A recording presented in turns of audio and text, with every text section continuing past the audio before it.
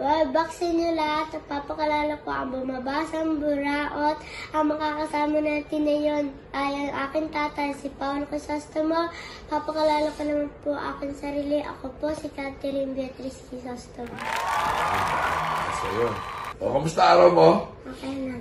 Gusto mo mag-vlog? Alright. So, ano ba? Tuesday. So, gusto ba naman tip natin eh. So, hopefully, talagang ayaw nang manalo. Anyway, race number 1, anak. Ang first choice ko yung Cheese Royale. Maganda yung tinakbo nito nung nakaraan. Second choice ko yung Animo Lasal. Parang, well, change jockey pa yang baka sakaling manalo na. Pero magaling yung Cheese Royale. Ngayon pa lang natututo. Parang dati yata ninenervous siya. Ngayon pa lang natuturuan niya. So medyo lamang sa akin. Alright? Alright. Race number 2. Race number 2 yung kabayo ni Beatrice. Ano pa ang kabayo mo? Ano pa na nun? So, namin sabihin, parang nakakahit, bilimit ka lang Oo. Ano pa ang kabayo mo, Beatrice? Ayaw niya. So, ano yan, for the public, si Lemon Bell. Hindi ko lang, yung unafraid, natatansya kayo, nakakalaban ko yun sa ratings. So, dikit lang kami parati niya, natatalo niya ako. Hindi ko pa siya tinatalo ever. Pero medyo nag-improve naman yung kabayo ko last time. Yung Bright Mind ang hindi ko kilala. Alam ko, magaling na kabayo. Ang taas na grupo niyan. Paano nasa 21 to 27 niya, nakakatakot. Pero, basta nag-131.5 yan, yun lang ang gagawin kong prueba. So, kung lumag pa siya sa 131.5, sa'yo mananalo. Alright? Alright. So, race number 3 naman, nalalamangan ako dito kay Tough Feeling.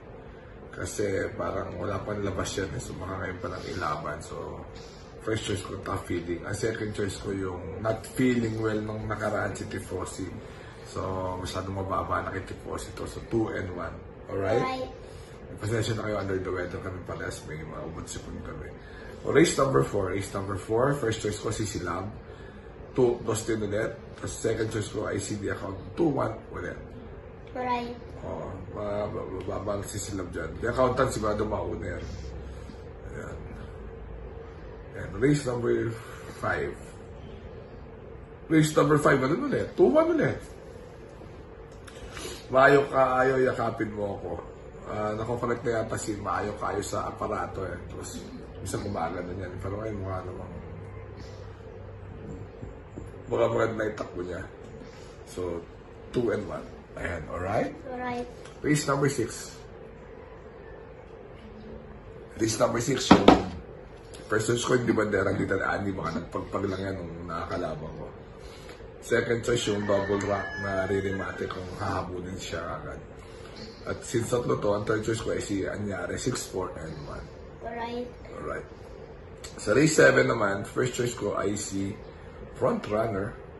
Ang second choice ko si Senorita. At ang aking third choice yung pwedeng lumimate dito. Hindi naman. Hindi makakalimate dito. 3, 5, and 6. Alright? So remember to be good because God is good all the time. 3 minutes lang. See you! Bye-bye!